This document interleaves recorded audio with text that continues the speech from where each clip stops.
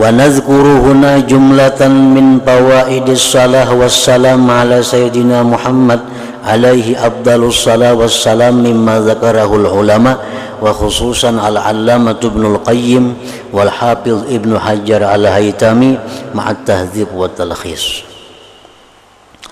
Dan kami sebutkan di sini sejumlah kegunaan, manfaat salawat dan salam atas Nabi daripada yang telah menyebutkan kepadanya oleh ulama, khususnya al-allamah Ibnul Qayyim dan Hafiz Ibnu Hajar al-Haytami, beserta dibersihkan dan diringkaskan.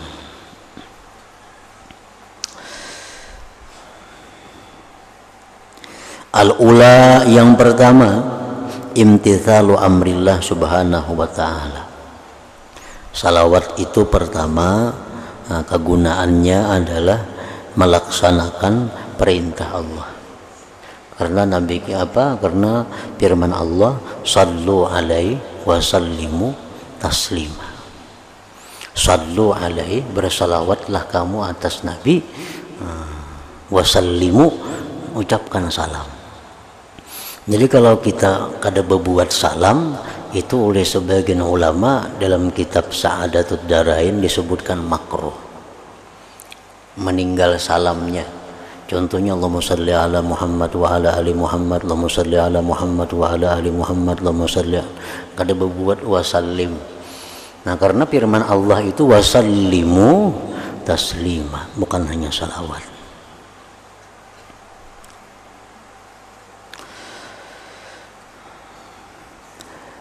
As-saniyatu, yang kedua, salawat itu faidahnya muwafaqatuhu subhanahu wa ta'ala bis salati alaihi sallallahu alaihi wasallam wa in ikhtalafatis salatani fa salatuna alaihi du'aun wa su'alun wa salatullah ta'ala alaihi thana'un wa tashrifun. Yang kedua, salawat lawan Nabi itu artinya bahwa kita ini sama, bersesuaian lawan Allah pada bersalawat itu, sekalipun isinya beda. Kalau kita mengatakan sallallahu ala sayyidina Muhammad umpamanya, nah itu artinya apa? Bahwa kita memohon kepada Allah agar Rasulullah selalu diberi rahmat, selalu diberi rahmat. Nah, kalau Allah mengucapkan sallallahu ala sayyidina Muhammad, maksudnya sallallahu ala Muhammad, kalau Allah yang mengucapkan itu, maka itu artinya adalah pujian Allah kepada Nabi, pujian Allah.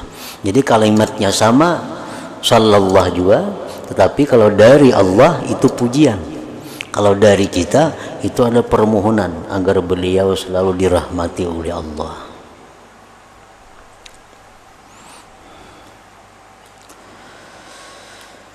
As-salisatu, yang ketiga, muwafaqatuhu malaikatihi fiha, bersamaannya lawan malaikat pada salawat. Innallaha wa malaikatahu, nah sesungguhnya Allah dan para malaikat yusallun, bersalawat ala nabi.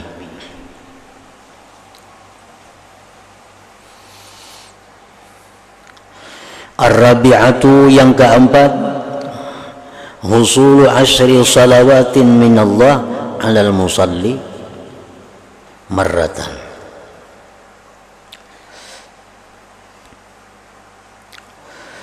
Yang keempat, faidahnya salawat itu hasilnya 10 salawat dari Allah atas orang yang bersalawat itu 1 kali. Nah, kalau Allah itu bersalawat kepada Nabi, itu memuji ngarannya. Kalau Allah itu bersalawat lawan kita, nah itu Allah memberikan rahmat kepada kita. Baik rahmat itu berupa ampunan, baik rahmat itu berupa pertambahan ilmu, baik rahmat itu berupa pertambahan keimanan.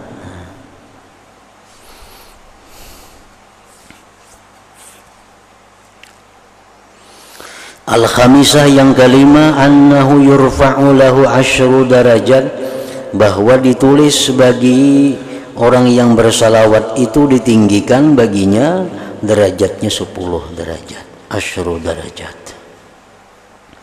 As-sadisatu yang keenam, annahu yuktabu lahu, ditulis bagi orang yang bersalawat itu asyru hasanat, 10 kebaikan. Ini 10 kebaikan ini pokok.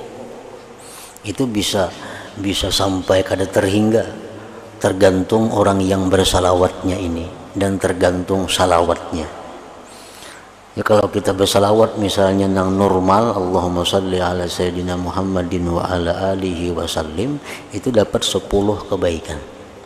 Tapi bila ada tambahan-tambahan dari itu tentang kehusuannya, tentang kecintaannya, tentang keikhlasannya, tentang kalimat-kalimat yang dibacanya, nah itu bisa lebih daripada 10 kebaikan yang ditulis.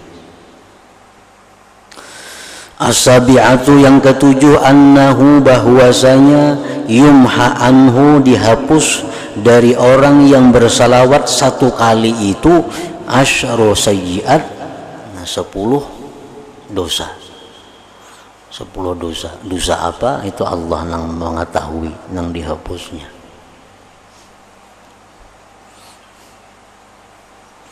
Oleh karena itu Imam Ramli mengatakan, mana afdalnya orang itu bersalawat daripada beristighfar. Imam Ramli menjawab, lebih afdal dia membaca salawat, artinya memperbanyak maksudnya. Istighfar dibaca juga, cuma masalahnya yang diperbanyak mana baiknya, apakah kita baik memperbanyak istighfar atau memperbanyak salawat. Imam Ramli menjawab, lebih baik memperbanyak salawat, walaupun bagi orang yang banyak maksiat kepada Allah. Alasan Imam Ramli apa? Nah, bahwa istighfar itu dihapuskan satu dosa. Kalau salawat ini kita bersalawat dihapuskan 10 dosa. Nah, itu antara lain. As-saminatu yang kedelapan, annahu yurja ijabatu du'aihi idza qaddamaha amamahu, bahwasanya diharapkan dikabulkan doa seseorang bila mana dia mendahulukan salawat di permulaan doa. Fahiyatu sa'idud du'a, salawat itu menaikkan doa kita ila indi rabbil alamin, ke sisi Allah subhanahu wa ta'ala. Wa kana, dan dahulunya doa kita itu mauqufan, terhenti, bainas sama wal ar, antara langit dan bumi, qablaha, sebelum salawat itu. Salawat ini menaikkan doa kehadirat Allah.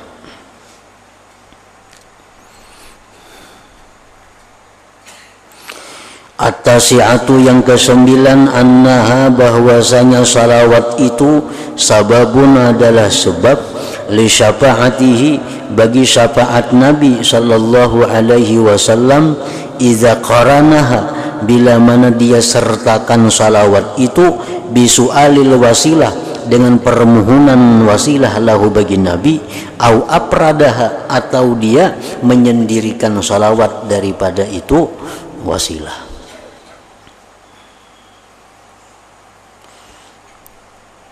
Allahumma salli ala sayyidina Muhammad wa ala alihi wa sallim wa a'tihil wasilah wal fadilah, umpamanya. Nah, atau kalau berbuat itu sama aja juga, artinya sama-sama pada mendatangkan syafaat lawan kita di akhirat.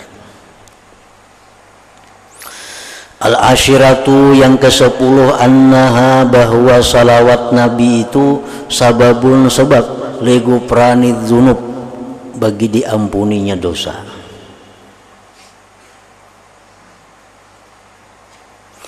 Al-hadiyata asyrata yang ke-11, annaha sababun likifayatillahil abda ma'ahammahu, salawat itu sebab bagi mencukupinya Allah akan hamba sesuatu yang hamba khawatirkan akan dia, yang hamba risaukan. Kita risau menghadapi yang akan datang kayak apa, Nah, salawat yang kita baca itu adalah merupakan sebab untuk mendapatkan kecukupan dari Allah.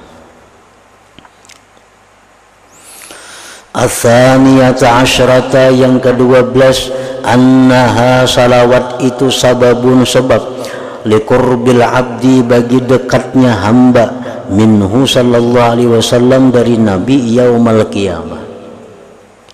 Orang yang paling dekat kepadaku kedudukan hari kiamat yang paling banyak salawatnya kepadaku.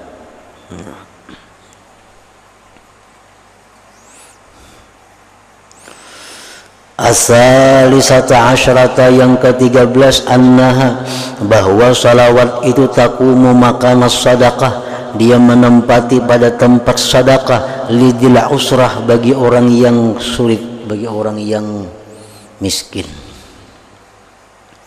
Orang miskinnya kada berduit hendak bersedekah, nah bacanya salawat. Nah, salawat itu menduduki kedudukan sedekah bagi orang-orang yang kaya artinya. Ar-rabi'ata asyrata, yang ke-14, annaha, bahwa salawat itu sababun sebab liqadha'il hawaij, untuk ditunaikannya hajat-hajat kita.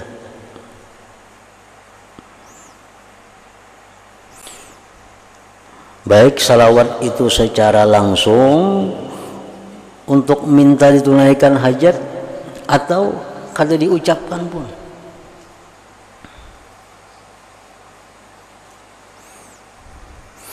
Nang contohnya nang minta hajat langsung apa? Misalnya Allahumma salli ala sayyidina Muhammad wa ala ali sayyidina Muhammad salatan taqdi biha hajati. Nah, ya Allah, salawatlah ke engkau atas Nabi Muhammad dan keluarganya akan sebagai salawat yang engkau tunaikan dengannya hajatku. Ditambahi ke itu. Atau kalau bertambah itu pun, nah salawat itu sudah berfungsi untuk menunaikan hajat-hajat. Al-khamisata asyrata, yang ke-15, gunanya salawat, annaha sababun li salatillah alal musalli wa salati malaikatihi alaih. Bahwasanya salawat itu adalah sebab bagi bersalawatnya Allah atas orang yang bersalawat dan bersalawatnya malaikat atas orang yang bersalawat. Jadi kalau kita bersalawat, Allah itu bukan hanya memberi pahala kepada kita, tapi juga Allah bersalawat kepada kita. Malaikat pun bersalawat kepada kita. Nah, salawat malaikat lawan kita tuh kayak apa? Malaikat memintakan ampun kepada Allah terhadap orang yang bersalawat itu. As-salisata asyrata, yang ke-16, annaha, bahwasanya salawat itu zakatun lil musalli wa taharatun lah. Nah, salawat itu merupakan pembersihan bagi orang yang bersalawat dan kesucian bagi orang yang bersalawat. As-sabi'ata asyrata, yang ke-17, annaha sababun, bahwasanya salawat itu sebab litabsyiril abdi, bagi dikabarkannya si hamba bil jannati, dengan surga, qabla mautihi, sebelum matinya. Nah, sebelum mati sudah dikabarkan bahwa dia ahli surga, orang yang banyak bersalawat tentunya.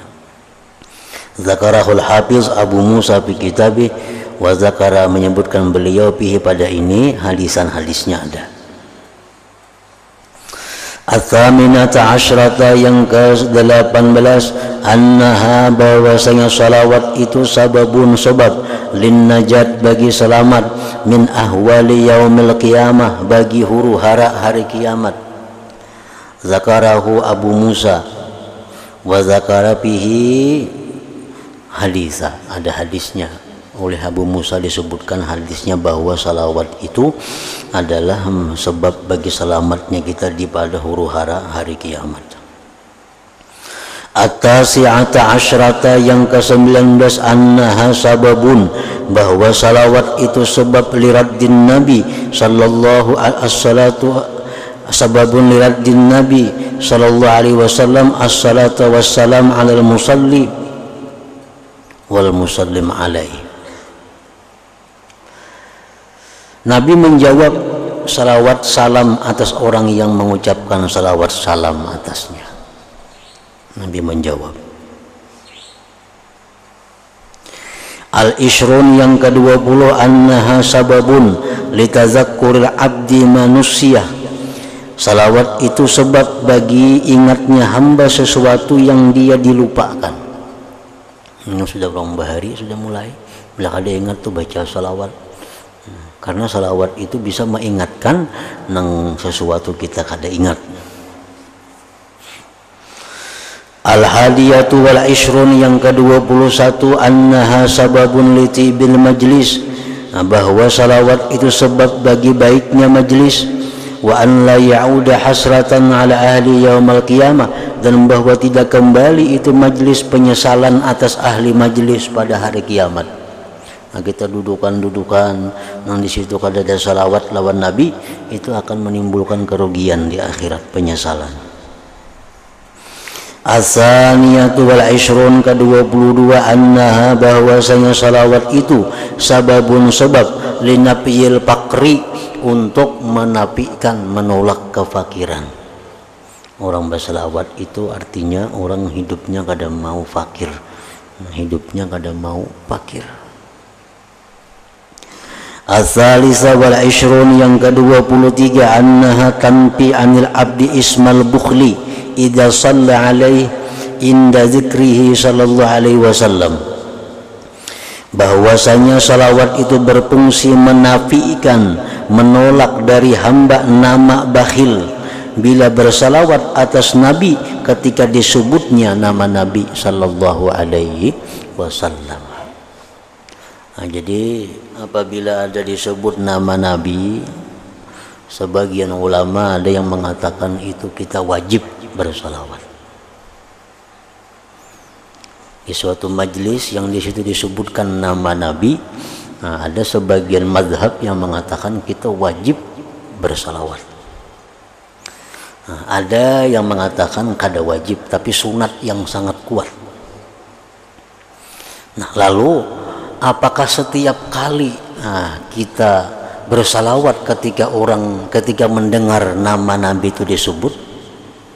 Nah, ini khilaf lagi ulama. Ada yang mengatakan setiap kali.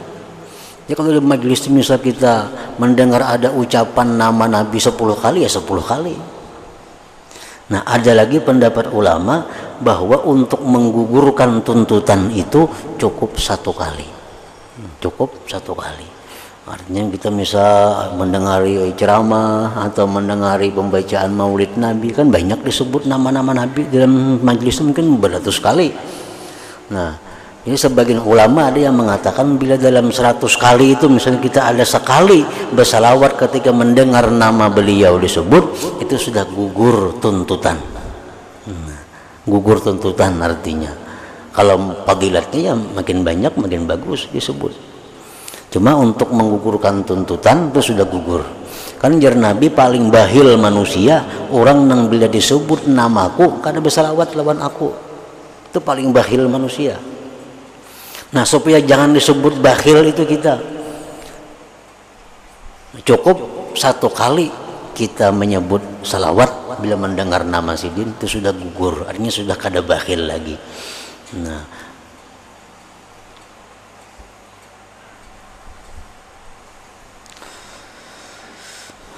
Ar-rabi'atu wal ishrun yang ke-24 najatuhu minad du'a alai biragmil ampi idza tarakaha inda zikrihi sallallahu alaihi wasallam. Selamatnya seseorang daripada doa Nabi atasnya dengan kerugian. Ragmil ampi itu asalnya rungung hidung, artinya maksudnya kerugian, kehinaan. Bila meninggalkan salawat ketika disebut Nabi Shallallahu Alaihi Wasallam. Jadi kalau kita mendengar ada sebutan Nabi Muhammad misalnya, nah kita di situ bersalawat, kita sudah selamat daripada doa kita rugi.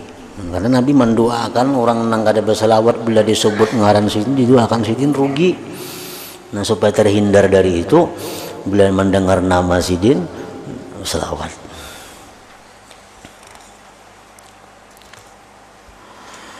Al-khamisatu wal ishrun yang ke-25 annaha tarmi sahibaha ala tariqil jannah wa tukhti'u bi tarikiha an tariqiha.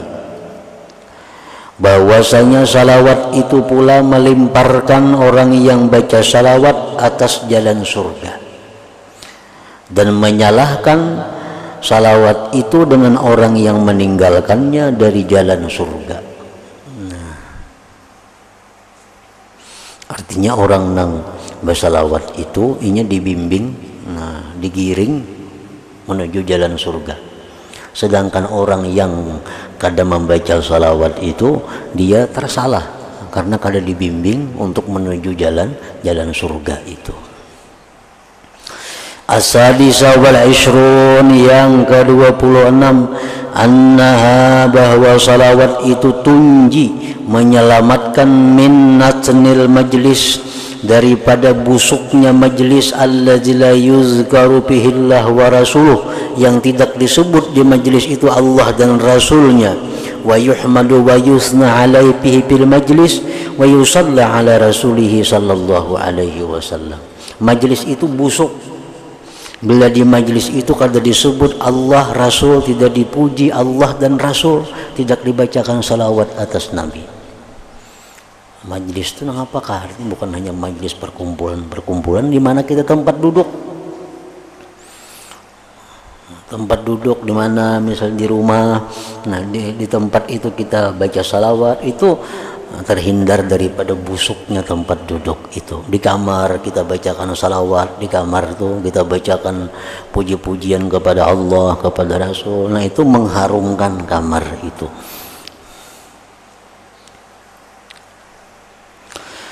As-sabi'atu wal ishrun yang ke-27 annaha sababun litamamil kalam alladzi btudi'a bihamdillah wassalati ala rasulih.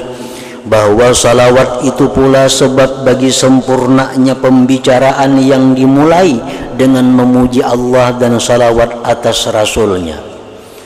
Pembicaraan itu bila kada dimulai dengan salawat itu kada sempurna. Misal bismillah walhamdulillah amma ba'du, salawatnya kada ada, itu kada sempurna. Mesti ada bismillah walhamdulillah wassalatu wassalamu ala rasulillah misalnya, ditambahi itu supaya perkataan itu sempurna. Az-zaminatu wal ishrun yang ke-28 annaha salawat itu sababun sebab liwufuri nuri abdi bagi sempurnanya cahaya si hamba ala sirat di titian sirat. Wa fihi hadisun, itu ada hadisnya, zakarahu Abu Musa wa gairuhu, yang disebutkan oleh Abu Musa wa gairuhu. At-tasi'atu wal ishrun yang ke-29 annahu yakhruju biha al-abdu anil jafa, bahwasanya keluar dengan salawat itu seorang hamba daripada kerenggangan. Orang nang kada baca salawat itu renggang lawan nabinya, renggang lawan nabi.